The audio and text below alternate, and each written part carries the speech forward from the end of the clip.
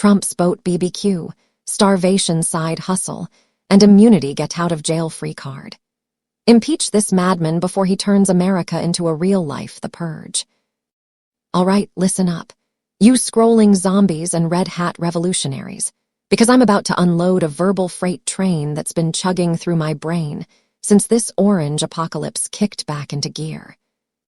It's October 2025, and here we are, folks, President Trump, the self-proclaimed deal-maker supreme, treating the Oval Office like his personal Thunderdome. We're not talking golf handicaps or fast food feasts. We're deep in the weeds of boat explosions that smell like war crimes, starvation policies that'd make a Bond villain blush, and a Supreme Court immunity shield so shiny it could blind Lady Justice herself.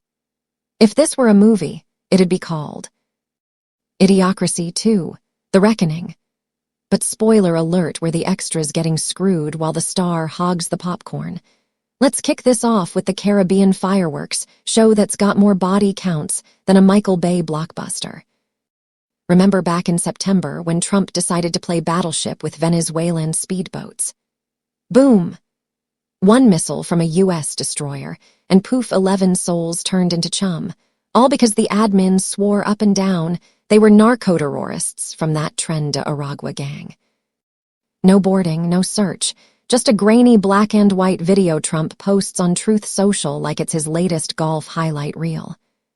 Massive drugs, he tweets, but where's the proof? Crickets. Fast forward a month and it's strike 2, 3, hell.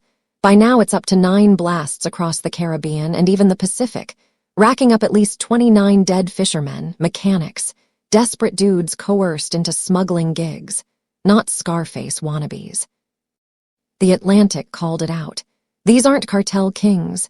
They're poor schlubs dodging economic bullets, blown to bits without due process. Defense Secretary Pete Hegseth, that Fox News meathead yaps about armed conflict. With cartels, recycling Bush-era war on terror BS to justify extrajudicial executions. Rubio flips his story on where the boat was headed, from Trinidad to the U.S., like a kid caught with cookie crumbs. And Trump, he's grinning ear to ear, calling survivors lucky, as they're shipped back to Ecuador and Colombia without a trial. Murder, you bet your ass. Seated president greenlighting Hellfire missiles on suspects with zero evidence. That's not tough guy border security, that's a floating execution squad. Why aren't we screaming from the rooftops? Because distractions, baby shiny objects like tariffs and tweets keep us from noticing the blood in the water. But oh, it gets tastier, or should I say, hungrier. Flip the script to Gaza, where Trump's America first. Foreign policy is starving out 2 million Palestinians faster than a keto diet gone wrong.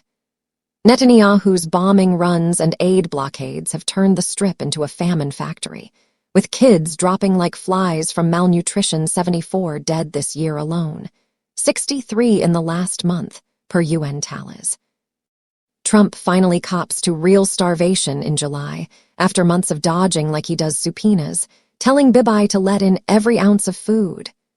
Noble, right? Wrong.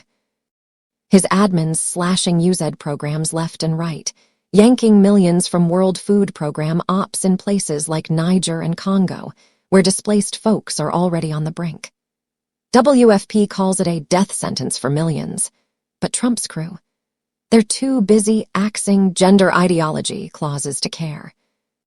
And get this. Back home, he's gutting food insecurity metrics, so we can't even track how his SNAP cuts $187 billion over a decade are leaving 4 million Americans hangry. Political reasons. Hell yes. It's all about praise. Trump wants us genuflecting at his altar of tough decisions. Even as families scrape ramen from pantries. Ethical violation. Understatement. This is abuse of power 101, a humanitarian gut punch condemned globally as a crime against humanity. We're resisting, all right, no ring-kissing here, but Congress. Y'all better grow a spine and boot him before grocery bills hit steakhouse prices. Now, the cherry on this shit sundae. Immunity. They keep parroting no one's above the law, but let's call the bluff. SCOTUS's 6-3 gift-trapped Trump v. United States ruling last year. Absolute immunity for core. Official acts, presumptive for the rest, blow up boats. Official. Starve aid. Transactional foreign policy. The man could order SEAL Team 6 to whack a rival, and as long as it's presidential, prosecutors twiddle thumbs unless Congress impeaches first. Article Roman 2, Section 4. That's your hammer. Folks treason, bribery, high crimes, and misdemeanors. Trump's racked up enough for a lifetime supply. Boat murders without evidence. Aid cuts as political theater, and that's before we unpack the immigrant arrests turning into mass graves or his death penalty crusades for D.C. Murders while dodging his own 34 felony counts from the hush money circus. Acquitted in Senate show trials. Doesn't shield him from the big boot. But Dems in charge, all talk, no walk. He's not above the law, they whine, as he abuses it daily. We're over the bullshit, hit him with impeachment articles, drag the whole admin through the mud, then unleash the courts. What can we do? Vote like our lives depend on it, because they do. Families stressing over meals while Elon's buddy cabinet feasts. He is leaving trillions with no food as well for the month of November. People will die if they do not eat, nah. We're done dancing on poles for distractions. Time to strip the throne bare. MAGA diehards, I see you itching for the comment section cage fight. Save it, I'm not circling back for your fake news fireworks or QAnon fever dreams. This ain't a debate club, it's a wake-up call with a side of roast beef. Drop the mic, walk away, let the truth echo. Laugh if you want at the absurdity Trump turning the presidency into a reality show where civilians are extras getting axed but rage underneath. This circus has run too long. Time to fold the tent and ship the ringmaster to the hell pit he dug. And hey, if this rant lit a fire under your ass, smash that like button like it's a piñata full of accountability. Share this video far and wide, flood your feeds, group chats, that uncle's timeline who still thinks bleach cures COVID. Follow for more unfiltered gut punches, because silence is the real killer here. Let's turn the tide before it swallows us whole. Santiago, D.C. Maria crowning thoughts.